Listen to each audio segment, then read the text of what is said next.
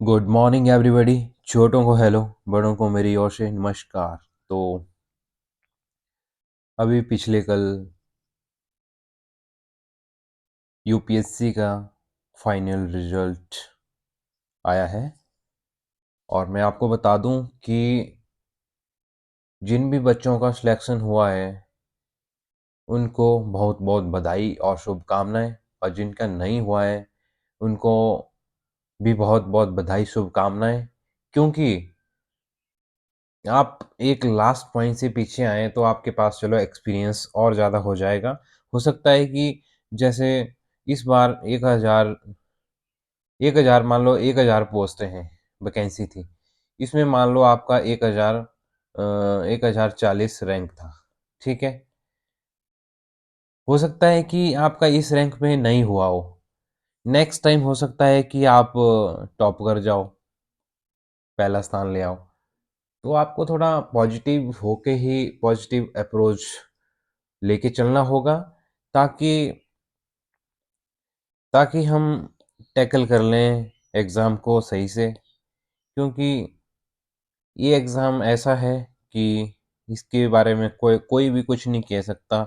जैसे मैं एग्जांपल देता हूँ आपको कि कोई भी टॉपर होगा जो एग्ज़ाम निकाल चुका होगा, क्योंकि इस एग्ज़ाम में मेरा भी बहुत ज़्यादा एक्सपीरियंस है इस एग्ज़ाम के प्रति। और मैं आपको ये बात कह देता हूँ क्योंकि मुझे ये बोलना भी अच्छा नहीं लगता है, क्योंकि कुछ लोग आपको मोटिवेट भी करते हैं, कुछ आपको डिमोटिवेट भी करते हैं।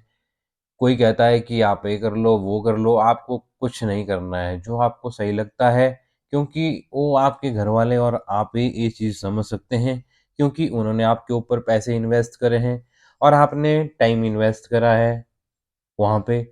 तो आप नहीं सैक्रिफाइस कर सकते इस चीज़ को। मैं आपकी फीलिंग जो है भली-भाँति समझ सकता हूँ।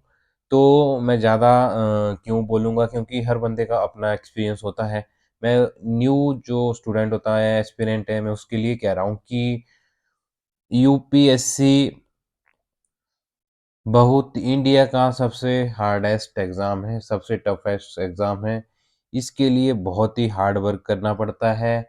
हार्ड वर्क करने से हार्ड वर्क भी करना पड़ेगा, प्लस स्मार्ट वर्क करना ही पड़ेगा आपको। ठीक है?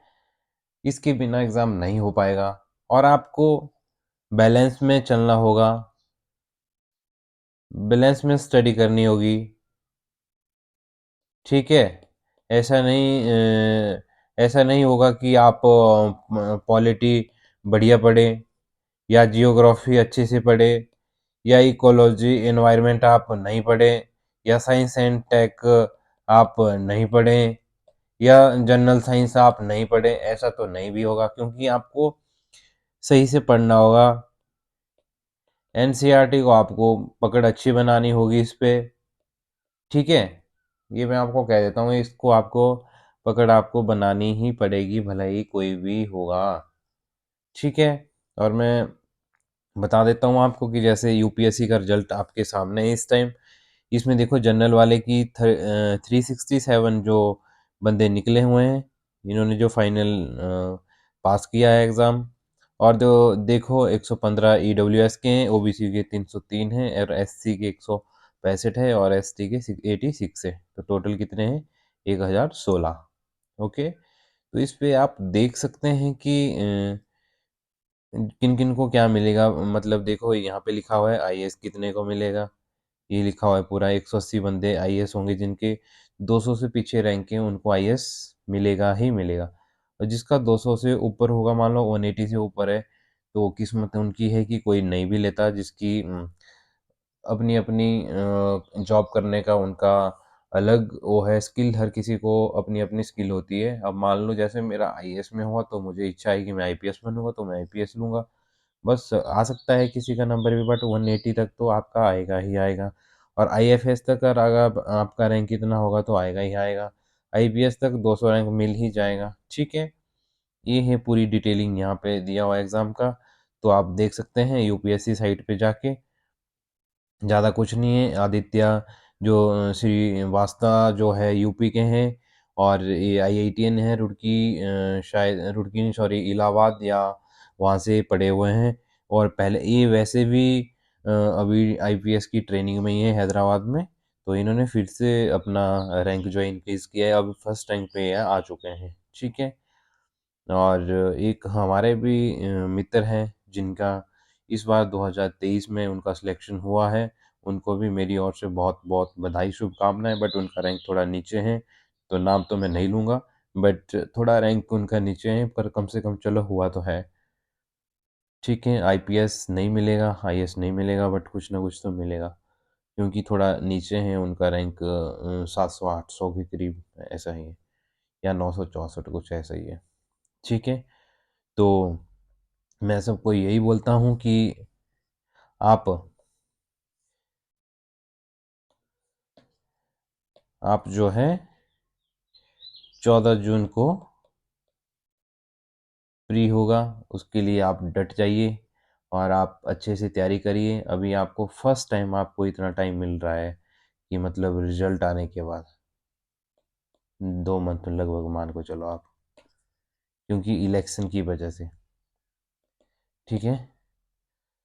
और किस्मत मानो या आप कुछ भी मान लो, जिसका लास्ट अटेम्प्ट है उसके लिए किस्मत भी हो सकती है बहुत बड़ी, भगवान ने वरदान दिया हो, क्योंकि उनका नहीं हुआ है तो एक मौका और मिला, इतना टाइम मिला उनके लिए फ्री में पढ़ने के लिए। तो उम्मीद करता हूँ कि वो भी एक लगन से लगे रहें और इस बार वो छोड़ दें एग्ज़ाम। हम भी कोशिश कर रहे हैं आपके साथ साथ। ठीक है। और thank you so much everyone, like share and comment जरूर करना। और मैं आपको कह देता हूँ, क्योंकि किसी को देख के आप कोई भी लाइन नहीं पकड़िए। यूपीएससी कोई पैसा कमाने का धंधा नहीं है, ये पैसा कमाने का एक रास्ता ये ही नहीं है। या आप इसकी तैयारी करते हैं तो ये ही रास्ता नहीं है कमाने का, और भी बहुत बहुत कुछ है। बट जब आप यूपीएससी की तैयारी कर लेते हैं तो आपके पास, अगर आपने शिद्दत से तैयारी करी है, तो ये मान सकता हूँ कि एक आप अच्छे इंसान ज़रूर बनोगे, भले ही आप नौकरी लगे ना लगे, ये बात अलग है। तो आपको दुःख नहीं बनाना है, आपको फिर से लगना है। अगर यहाँ नहीं तो वहाँ आपको हाथ पाँव मारते रहना ही है, कहीं न कहीं। हिम्मत नहीं हारनी है। आप अच्छा काम सोशल वर्क करके भी कर सकते हैं। ज़रूरी नहीं है कि आप एक डीएम या डीसी, एसडीएम बन के ही कर सकते हैं। आप एक समाज सेवी वैसे भी बन सकते हैं, छोटा-छोटा काम करके, किसी बच्चे को पढ़ा के, किसी को गाइड करके।